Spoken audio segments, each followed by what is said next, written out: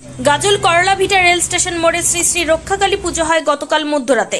পুজোকে কেন্দ্র করে ভক্তদের সমাগম লক্ষ্য করায় প্রতি বছরের মতো এবছরও নিষ্ঠার মধ্য দিয়ে মা রক্ষাকালী পুজোর আয়োজন করা হয়। পুজো উদ্যোক্তারা জানিয়েছেন, এই বছরের 25 বছরে পদার্পণ করল এই রক্ষাকালী পুজো। পুজোকে কেন্দ্র করে 3 দিন ধরে নানান সাংস্কৃতিক অনুষ্ঠান। রবিবার গভীর রাতে মায়ের পুজো হয়, সোমবার সন্ধ্যা থেকে প্রসাদ বিতরণ এবং মঙ্গলবার বুধবার সাংস্কৃতিক অনুষ্ঠান আয়োজন করা হয়। বলো, কি নাম ক্লাব? নমস্কার, আমার নাম শুভম দাস। আমাদের ক্লাবের নাম হচ্ছে রামকৃষ্ণ স্মৃতি সংঘ। আমাদের মা রক্ষাকালী পুজো হয়েছে কালকে রাত্রে।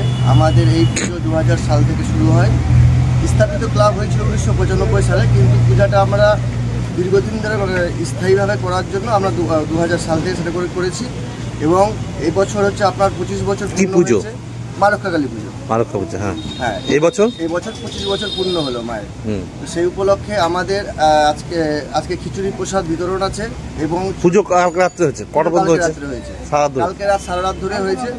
এবং পাঠাবলি হয়েছে। এখানে পাঠাবলিতে সবাই অংশগ্রহণ করেছিল, বাইরে থেকে অনেক লোকজন এসেছিল। তো বেশ ভালো একটা সঙ্গম হয়েছিল। তাতে আমাদের ক্লাবের সদস্যরা সবাই খুশি, আর এলাকাবাসীরা সবাই খুশি, সহযোগিতা করে। হ্যাঁ, সবাই সহযোগিতা করে। সবার পুজোতে মায়ের কোনো বিশেষ ভোগ হয়? হ্যাঁ, মায়ের বিশেষ ভোগ হয়। মায়ের বিশেষ ভোগ খিচুড়ি প্রসাদ হয় এবং পায়েস হয়, লুচি পায়েস হয়, এইসব বিশেষ বিশেষ ভোগ থাকে। আচ্ছা, কি নাম আপনার? আমার নাম শুভম দাস।